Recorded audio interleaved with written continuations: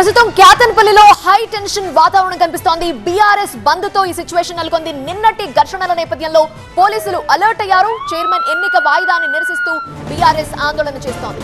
BRS CPI శ్రేణుల్ని పోలీసులు అదుపులోకి తీసుకుంటున్నారు.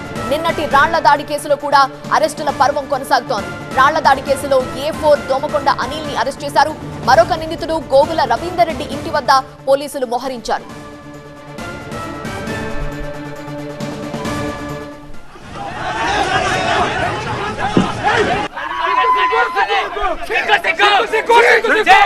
ఇది ప్రజాస్వామ్యమా?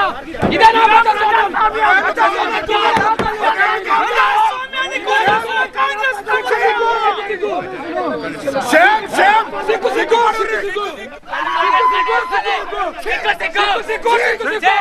ఇది ప్రజాస్వామ్యమా? ఇదేనా ప్రజాస్వామ్యం? ప్రస్తుతం క్యాతన్పల్లిలో సిచ్యువేషన్ ఏ విధంగా ఉంది వివరించడానికి మా ప్రతినిధి నరేష్ లైవ్ లో జాయిన్ అవుతున్నారు. నరేష్, ఏంటి ప్రెజెంట్ సిచ్యువేషన్?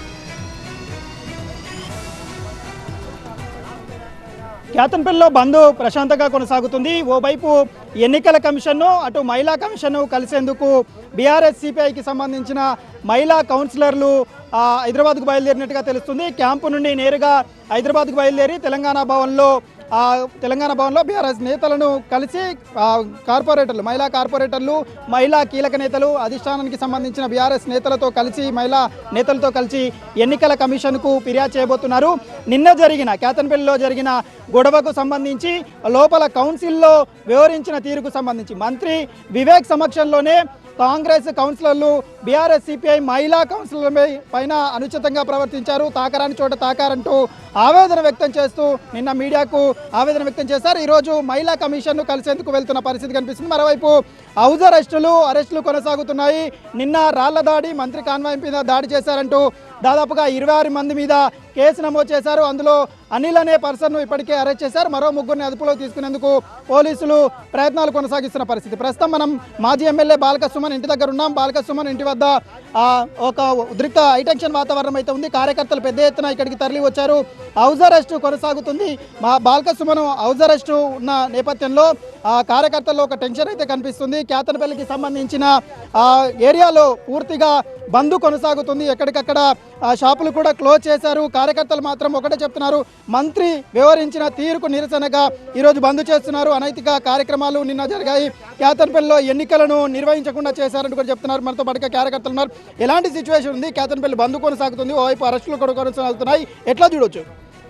ప్రజలు క్లియర్ కట్గా బీఆర్ఎస్ పార్టీకి 10, సిపిఐకి 4, 14 సీట్లలో మేము చైర్మన్, వైస్ చైర్మన్ ఎన్నుకునే హక్కు ప్రజలు కల్పించారు. మరి ఈ ప్రజలు కల్పించిన అవకాశాన్ని వీరు చైర్మన్, వైస్ చైర్మన్ ఎన్నికను అడ్డుకోవడం, ఇక్కడ గొడవలకు దారి తీయడం, మా కార్యకర్తల మీద రాళ్లతోటి విసరడం, మరి అదేవిధంగా పోలీసు మిత్రులకు గాయాలవ్వడం, దీనికి కారణం ఎవరండి? మంత్రి వివేక్ గారు, వారి కొడుకని ఈ సందర్భంగా నేను తెలియజేస్తా ఉన్నాను. ఇక్కడ క్యాతన్పల్లి మున్సిపాలిటీలో ప్రతి ఇంటికి పోయి అడగండి, వారికి ఎంత ఇబ్బంది అవుతుంది, ఎంత పోలీస్ సెక్యూరిటీ పెట్టిండ్రు, వారు రాకుండా అడ్డుగోడలు కట్టిండ్రు. ఎన్ని అడ్డుగోడలు, ఎన్ని కంచెలు కట్టినా కానీ ఇక్కడ బీఆర్ఎస్ చైర్మన్, వైస్ చైర్మన్ ఎన్నిక ఆగదని సందర్భంగా తెలియజేసుకుంటున్నాం. బాల్క సుమన్ గారి మీద చేయబడితే ఇక్కడ మంచిర్యాల జిల్లా మొత్తం అగ్నిగుండంగా చేస్తామని సందర్భంగా తెలియజేస్తున్నాం. మరి అదేవిధంగా ఇక్కడ మా మహిళా కౌన్సిలర్లను లోపల ఒక మినిస్టర్ గారు, వారి కుమారుడైన ఎంపీ వంశీకృష్ణ గారి ఆధ్వర్యం లోపల వికృత చేష్టలు చేయడం అని నియంగా హేయమైన చర్యకు నిరసనగా ఈరోజు బంధు పిలుపునివ్వడం జరిగినది.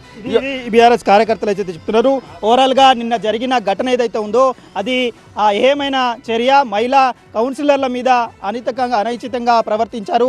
ఆ విషయంలోనే ఈరోజు బంద్ కొనసాగుతుందంటూ కూడా చెప్తున్నారు. నిన్న రాళ్ల దాడి, మంత్రి కాన్వాయ్ మీద దాడి, మరోవైపు ఇరు వర్గాల ఘర్షణ, ఒక ఉద్రిక్త వాతావరణం నేపథ్యంలో క్యాతన్పల్లిలో అసలు ఏం జరుగుతుందన్న హైటెన్షన్ అయితే కంటిన్యూ అవుతుంది. పోలీసు బలగాలు మోహరించారు. ఓవైపు బీఆర్ఎస్ కార్యకర్తలు పెద్ద ఎత్తున మాజీ ఎమ్మెల్యే బాల్క సుమన్ ఇంటి వద్దకు చేరుకుంటున్నారు. మాజీ ఎమ్మెల్యే బాల్క సుమన్ను ఏ నిమిషంలోనైనా అరెస్ట్ చేసే అవకాశం ఉందన్న నేపథ్యంలో కార్యకర్తలు అయితే ఒకటే చెప్తున్నారు, ఒకవేళ మాజీ ఎమ్మెల్యే బాల్క సుమన్ను అరెస్ట్ చేస్తే మంచిర్యాల జిల్లాల అగ్నిగుండంగా మారుస్తుంది, పూర్తిగా ఆందోళనను ఉధృతం చేస్తామంటూ కూడా చెప్తున్న పరిస్థితి కనిపిస్తుంది. అటు హైదరాబాద్లో ఎన్నికల కమిషన్, మహిళా కమిషన్ కలిసి మహిళా కౌన్సిలర్లు ఎవరైతే ఉన్నారో బీఆర్ఎస్ కు సంబంధించి, సిపిఐకి సంబంధించిన మహిళా కౌన్సిలర్లు ఫిర్యాదు చేసే అవకాశం అయితే కనిపిస్తుంది. ప్రస్తుతం క్యాతన్పల్లిలో హైటెన్షన్ వాతావరణం అయితే కంటిన్యూ అవుతుంది. Right Naresh, thank you for joining.